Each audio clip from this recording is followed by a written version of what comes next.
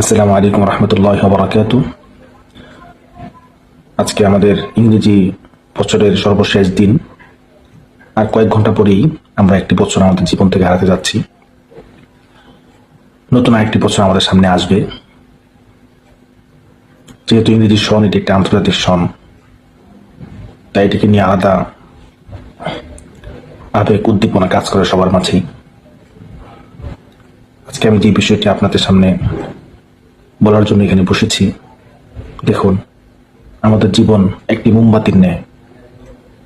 আস্তে আস্তে জীবনটি শেষ হয়ে যাবে। ক্রমেই আমরা আমাদের জীবনের শেষ প্রান্তে পৌঁছে যাব।